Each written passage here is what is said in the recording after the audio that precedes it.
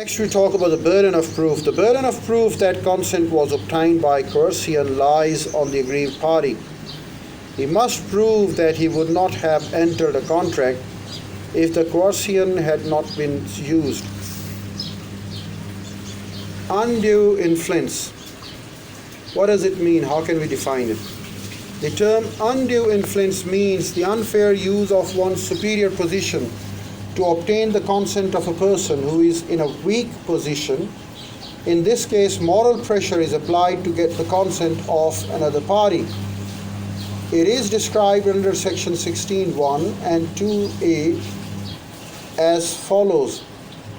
Well, section 16(1) defines a contract is said to be induced by undue influence where the relations subsisting between the parties are such that one of the parties is in a position to dominate the will of the other party and uses the position to obtain unfair advantages over the other. Section 16(2) states that a person is deemed to be in a position to dominate the will of other in the following cases: where he holds a real or apparent authority over the other, where he stands in the fiduciary relation to the other,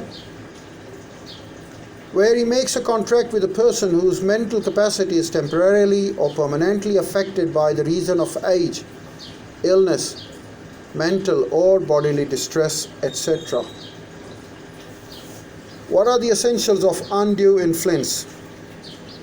Well, the essentials of undue influence are many. First of all, a position to dominate. In order to prove undue influence, the relation existing between the parties must be such that one of them must be in a position to dominate the will of the other party. The person in a superior position may obtain the consent of the other party.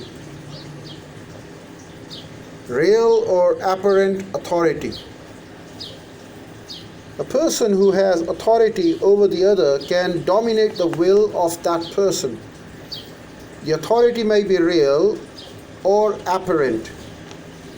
For example, income tax officer enjoys authority over an assessee, police officer over an accused person, master over a servant, etc.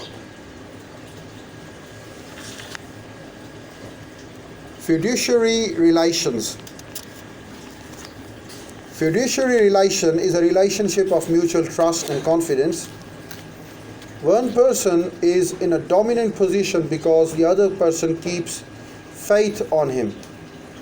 It exists between father and son, the guardian and minor, advocate and client, doctor and patient, religious advisor and the followers, etc. Let me share with you an example. An illiterate elderly woman made a deed of gift of her whole property to her nephew who managed her estate. The deed was cancelled on the ground of undue influence. Mental capacity. A person may lack mental capacity temporarily or permanently due to old age, mental or physical illnesses, etc. Such a person can easily be persuaded to give consent to a contract which may be unfavorable to him.